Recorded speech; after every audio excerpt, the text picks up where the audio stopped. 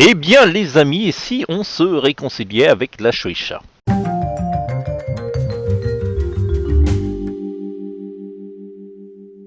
Hello les amis, voici une nouvelle vidéo de papotage autour de la pop culture et aujourd'hui on va se réconcilier un petit peu avec la Shueisha parce qu'on avait édité une vidéo en début de semaine parlant un petit peu de la série de Strike qui touchait les utilisateurs de Twitter pour des gifs animés autour de Dragon Ball et de One Piece. Il y a la vidéo qu'on a faite, on vous mettra en lien. Et on va en parler tout de suite parce qu'il y a de nouveaux éléments qui sont très intéressants. Et avant de continuer, n'oubliez pas de vous abonner et tous les trucs qui vont bien. Sur ce, passons maintenant à cette affaire. Alors, on a maintenant la réponse officielle de la Shueisha sur le site Manga Plus que voici qui appartient à la Shueisha et la Shueisha explique clairement que ce n'est pas eux tous les strikes qu'on aurait reçus sur les plateformes Twitter et qui sont en train d'enquêter pour savoir un petit peu les tenants et les aboutissants de cette affaire. IGN de son côté a donner plus d'éléments, sachant que jusqu'à présent ils ont toujours mis les choses au conditionnel. Ne vous attaquez pas au titre seulement, parce que dans tous les médias c'est un peu normal.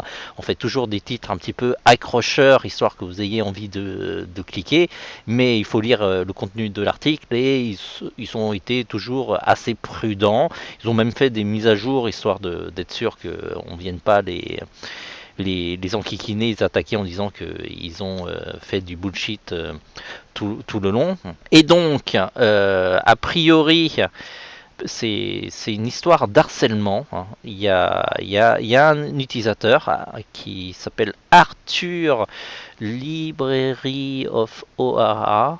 Library of O'Hara, bon, la librairie d'Ohara. Et donc, il a enquêté parce qu'il trouvait ça hyper étrange. Il avait bien raison. Et donc, il a fait une enquête très minutieuse. D'ailleurs, c'est dingue comment il était vraiment au taquet pour faire cette enquête. Et a priori, cette série d'art de Strike viendrait d'un harceleur qui visait essentiellement une influenceuse, une twitcheuse G6 TV. Et c'est elle qui a reçu, on va dire, l'essentiel des réclamations de droits d'auteur. Et pour masquer un petit peu son crime, il s'est attaqué à plein de gens un petit peu au hasard, dont comment il s'appelle, Feigno, dont Feigno, et d'autres utilisateurs qui ont reçu le truc. Et puis, du coup, ça fait boule de neige. Il y en a qui se sont engouffrés dans cette polémique en déclarant que eux aussi ont été attaqués, alors que pas du tout.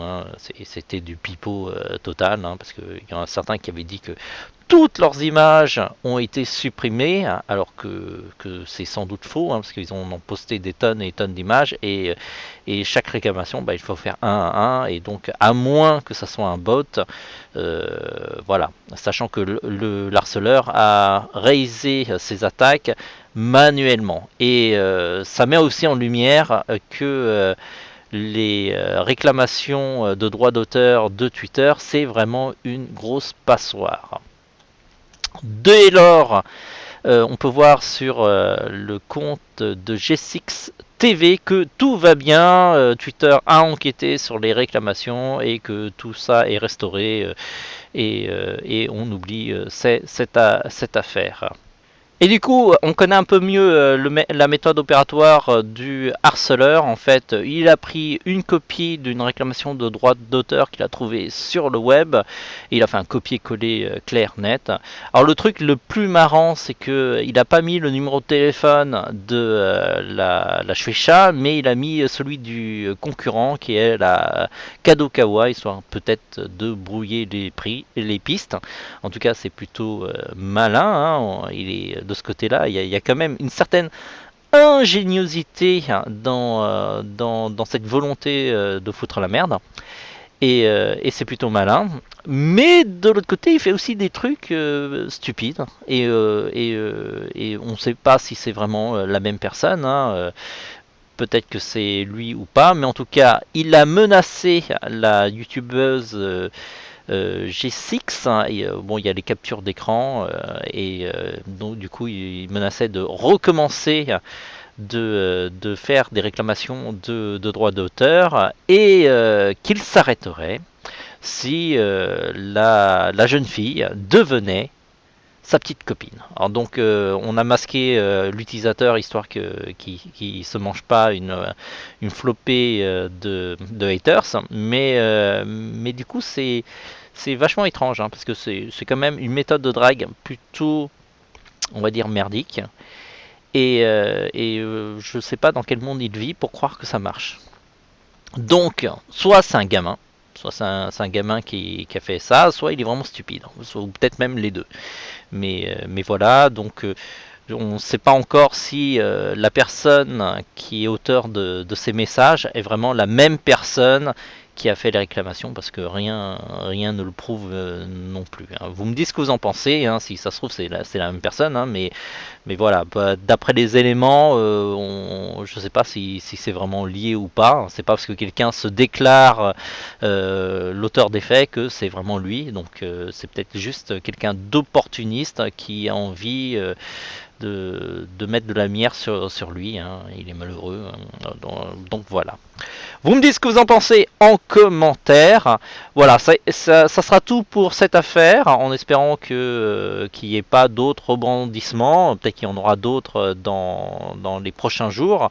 En tout cas, je ferai d'autres vidéos pour vous tenir informé de l'avancée des choses, si les choses évoluent. On se dit à très vite, papotez bien et n'oubliez pas de vous abonner, de liker tous les trucs bien. Voilà, ça fait toujours plaisir de voir de plus en plus de gens nous suivre et de papoter ensemble, de discuter un petit peu de tous les sujets polémiques, sachant que voilà, hein, c'est toujours un peu marrant de lire les dramas. Hein. On prend notre popcorn et on regarde un petit peu les gens se fighter. On se dit à très vite. En attendant, papotez bien.